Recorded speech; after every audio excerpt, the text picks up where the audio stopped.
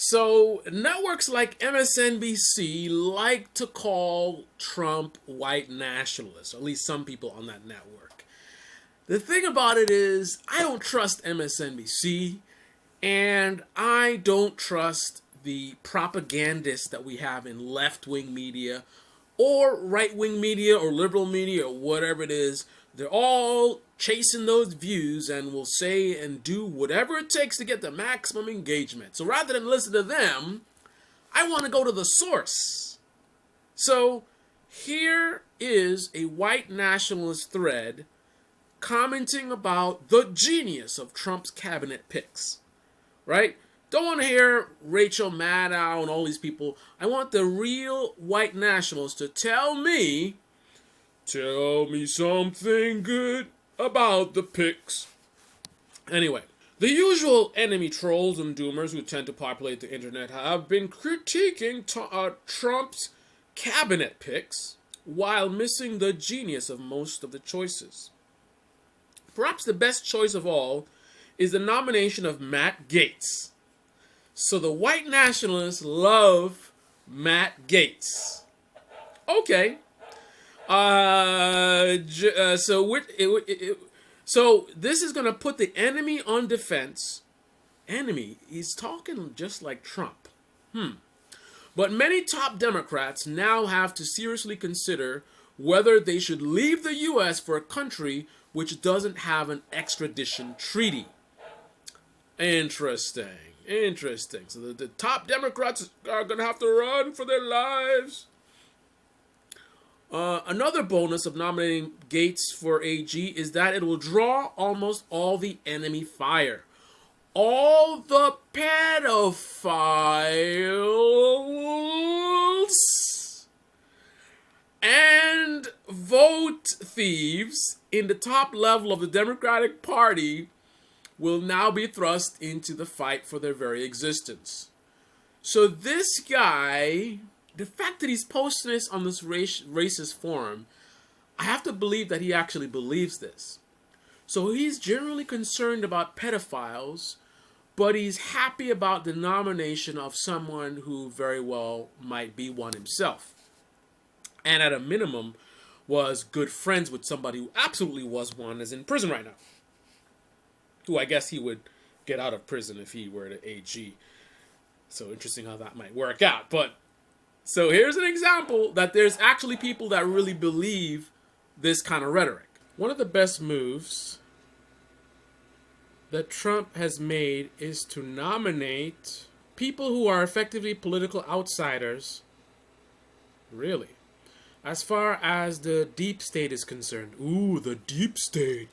The deep state. Ooh. We are a nation of children. People like Tulsi Gabbard, RFK Jr., and Elon Musk are interested only in rooting out corruption and stopping the abuses of the deep state. He really thinks that they are... He's totally bought into this bullshit. Oh my goodness. Well, I mean, of course, he's a white nationalist. Like, duh. A recent news article reports Victor Davis Hanson is a conservative, a historian, and a scholar who recently took some time to write an analysis of Trump cabinet picks.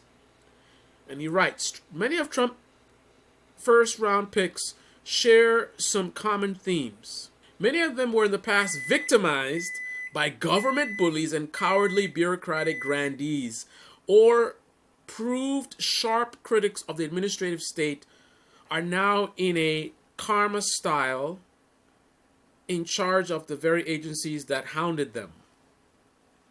So, Elon Musk, perennial target of government regulation functionaries, the guy that's been getting all these government handouts, was once policed, but now he polices the bureaucratic police. Robert Kennedy Jr., proposed overseer of government health programs, was often blasted as a crank by the subsidized scientists and administrators within the HHS, whom he will now direct. Pete Hegseth fought the military DEI machinery while a soldier in the ranks and wrote a book about the corruption of the Pentagon. He will now, if confirmed, run the Pentagon.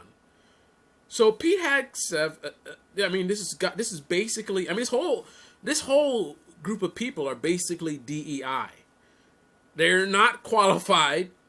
I mean, if you look at their qualifications compared to who they're replacing, I mean, this is DEI. This is exactly the thing that we've been told and fair-mongered to by the right wing.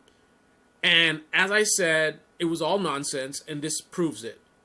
I mean, imagine the idea of, look at who is currently head of the Pentagon. Imagine Kamala, well, let's say that person was a white person, right? Imagine Kamala won the race, and she put in place some brown-skinned guy who's like a news anchor, who at one point was a captain in the military or whatever. Imagine how they would just go nuts. And they would compare how the last person had all these qualifications, all this experience, and managing large people and whatever. And then Kamala comes in with this DEI hiring him just because he's black. And look at the resume differences, right? But because Trump is doing it, it's all good. Oh, DEI, we don't care about that anymore. DEI stuff, that's so last year. We're not worried about that anymore, right? We're in charge now.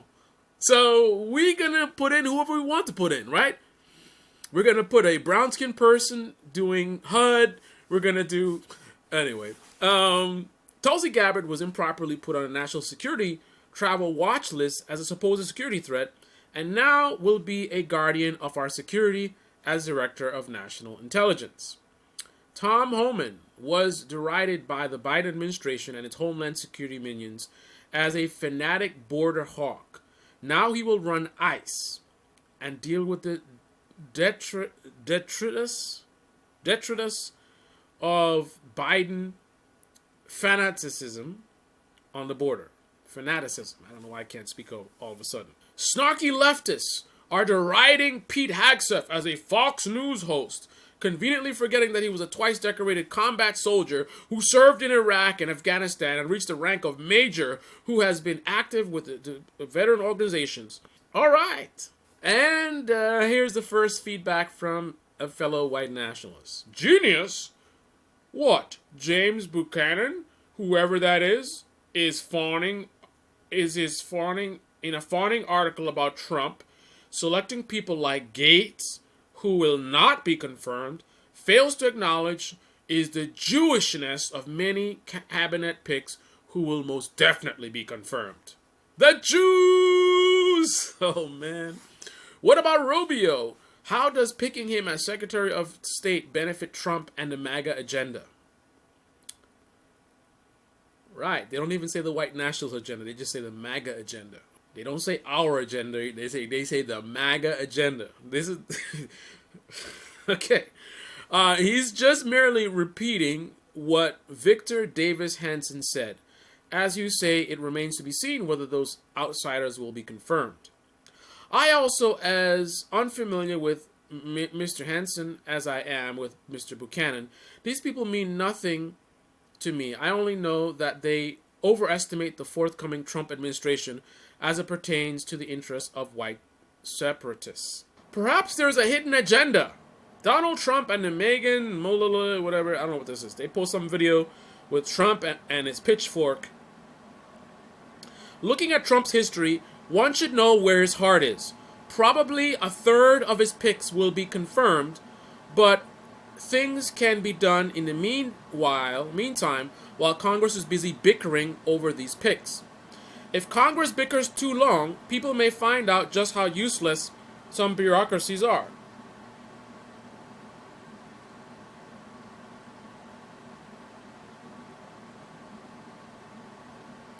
Then they're posting videos from Jim Jordan.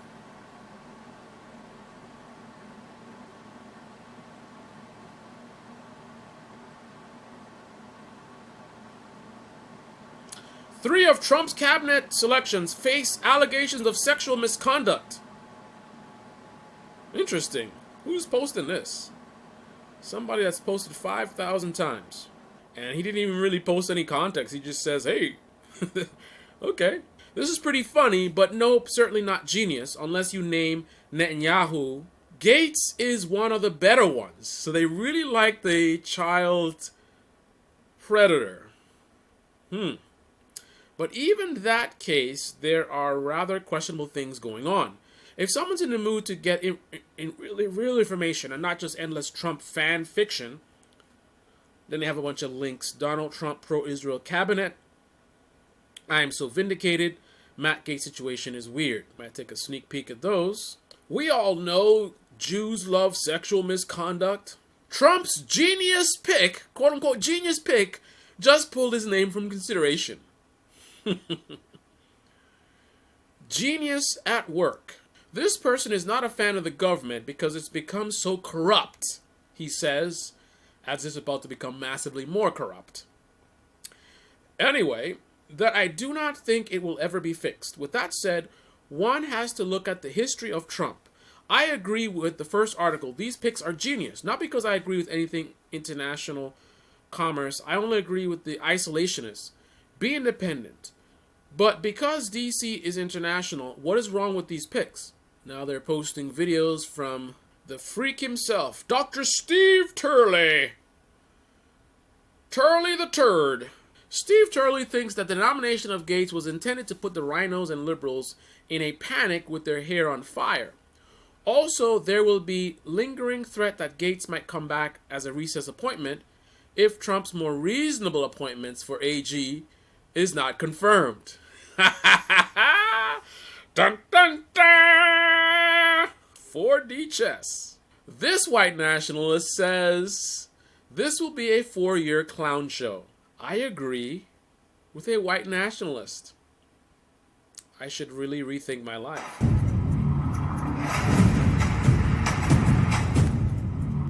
This guy has an interesting comment. If we had put photo ID to vote, the Amish wouldn't have been allowed to vote, and they helped Trump win in PA. The Amish helped Trump win in PA with their no ID selves.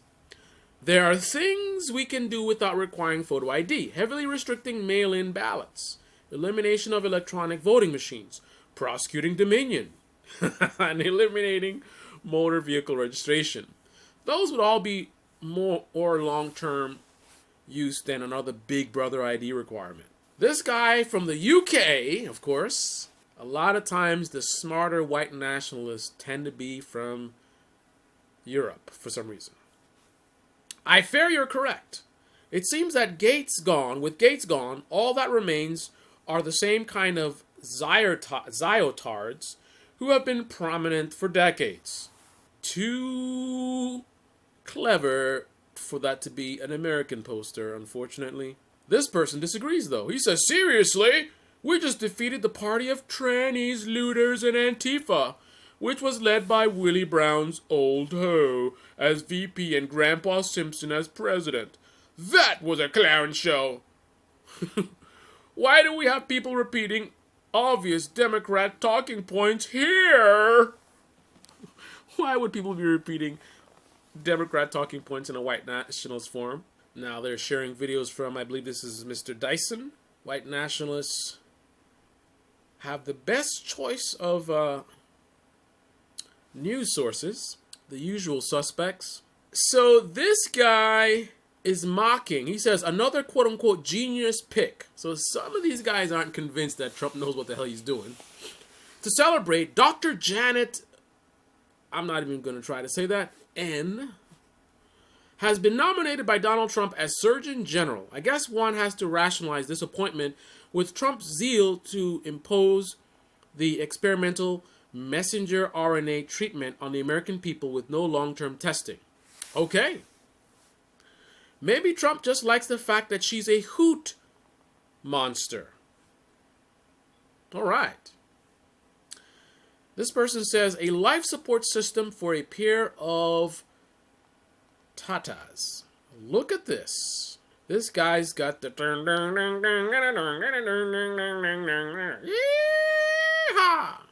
flag in his...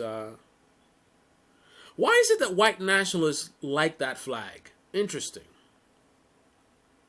Instead of simply telling us that Pam Bondi, so somebody saying Pam Bondi's the best, has a record of getting things done, please list 9 or 10 things that substantively Prove your statement. In other words, give us actual concrete examples of how Miss Bondi gets things done. Do not simply generalize and make open-ended statements. Be very specific and precise. This seems too smart for someone who is a white nationalist. So, someone responded with the goods on Pam Bondi. She led an effort to overturn Obamacare in Florida. She failed. As Florida Attorney General, she was responsible for prosecution of George Zimmerman for the death of Trayvon Martin. Zimmerman was acquitted. I consider that to be a good thing. But she failed in the prosecution. She was successful in prosecuting Major League Baseball player Dwight Gooden. She led a chant of "lock her up," advocating for prosecuting of Hillary Clinton. It never happened.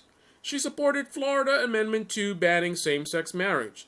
The amendment failed. She joined in a lawsuit to overturn the Affordable Care Act.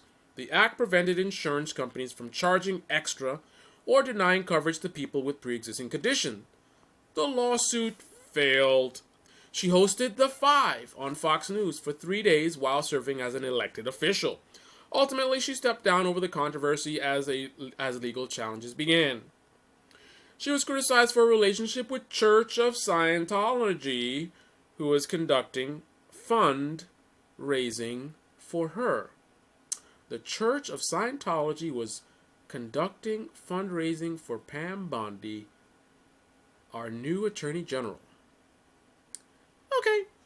She pressured two attorneys to resign who were investigating a company called Lender Processing Service. After they resigned, she received significant campaign contributions from the company. In 2013, she convinced Rick Scott to delay an execution because it conflicted with a fundraising event for her. Okay. She received a campaign contribution from Donald Trump, which was subsequently ruled by the IRS to be illegal. Okay. She worked as a registered foreign agent for the government of Qatar. Okay. She was hired as a special government employee to work on the first Trump impeachment while simultaneously working on behalf of the Arab lobby. She's had 2 failed marriages. Okay. Oh boy, is this another European? Doesn't say where he's from. This guy says, so you can pause and read what he posted here, and then I'll read the other part of it. Hey Trump, drain the swamp. Don't hire the swamp. Hey dummy, Trump is the swamp. These guys are such idiots. Anyway, this is the Debate Me channel. Debate me in the comment section below. Click on the like button, subscribe, smash that bell, be well. And this is what racists think about Trump's cabinet picks.